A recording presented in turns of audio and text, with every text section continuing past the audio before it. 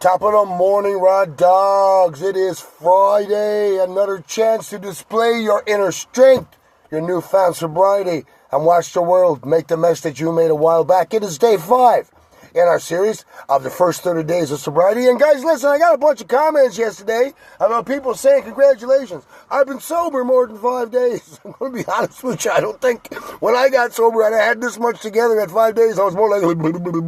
But anyway, all that being said, I've been sober a lot longer, guys. I'm just doing this series in case somebody is going through their first 30 days and can follow it. So that's the key with that. So I appreciate the comments, but I didn't, you know what, even when I first started, I didn't understand why I'd walk into an AA meeting, say I wanted to get sober because my life was a train wreck and people would clap. You know, when I got potty trained, when I was 16 or 17, my mom didn't clap every time I came out the bathroom. She decided that, you know what, he's only in there doing what he needs to do so he don't make a mess in his pants. Say bye. So for me to be applauded for saving my own ass in sobriety, I never really understood that. It's nice to get the recognition, but you know what? You can have it. I didn't do milestones either. They always seemed like relapses to me. So when I stopped. I didn't count days. But all that being said, it is day 5. And I remember day 5. And the reason why I can do this series, guys, is because when I first got sober, I wrote down 90 days. And I 1 to 90 on a piece of paper. And I went to a meeting and I circled a number each day. But I also wrote down what was going on in me on those days. So from day 1 to 90, I got notes. So day 5 was another free day. I had stopped drinking and using. I mean, I was going through it because I was detoxing, but I wasn't craving. I wasn't craving on day 5 simply because my brain hadn't figured out it was over. And when you flood your brain with dopamine, especially if you have mental health issues, ADHD, bipolar, these things, if you flood your brain, it's going to want more. So people with, some mental health problems or mental health opportunities, we'll say, will find the cravings worse. I know I did, right? So by day 5, I wasn't craving, and my brain hadn't figured out it wasn't going to get the next rush yet. Day 15 was a bastard. Day 30 was a bastard. There was a few other days that weren't so bad, but day 5 wasn't one of them. I had made up my mind. I mean, now I was thinking on day 5, you sure you want to do this? You sure you want to go through this? Because this is going to be bad, boy. And I was saying, my brain was saying, you know what? It wasn't so bad. Just maintain your drinking. Don't use. Just have a beer once in a while. My brain was saying those things to me. You're not seriously going to stop, man. Who are you going to be?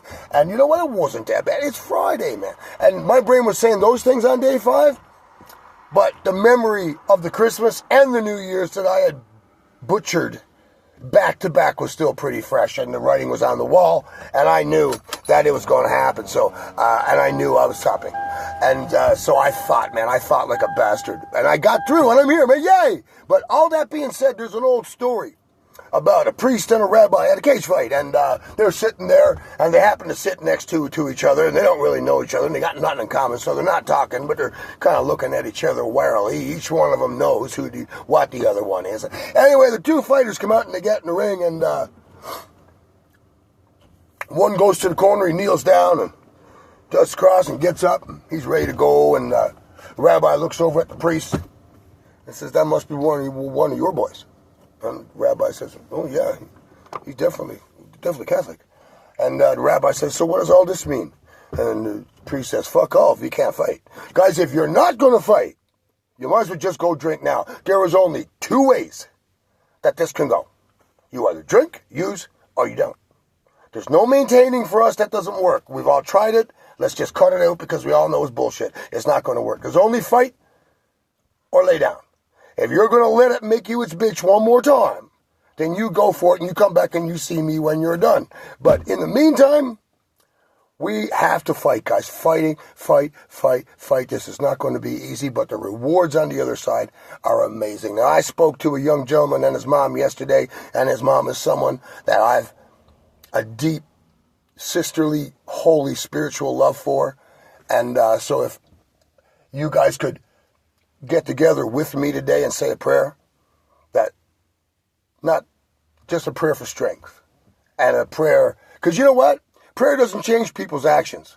It changes your perception of people's actions. So give up on that. That's a waste of your time. But we could say a prayer, send positive energy to those two people today. It would be a deep favor to Pastor Colin. And I want you to know, guys, this is your free day, so get something done. Tomorrow is going to be harder. I'm going to be honest with you. By tomorrow, your brain is going to be saying, where's the dopamine? Where is it? Where's the rush? You better give it to me. And that's going to start tomorrow. And then you're going to have from day 6 to day 10. It's going to be rough, guys. It's going to be rough. And you got to get through. So think, fight. I love you. Fight. I'm praying for you. Fight. I got your back. Fight. Check the page. Fight. There'll be something cool on it. I promise. Fight. Take it easy. Enjoy your weekend. Talk soon.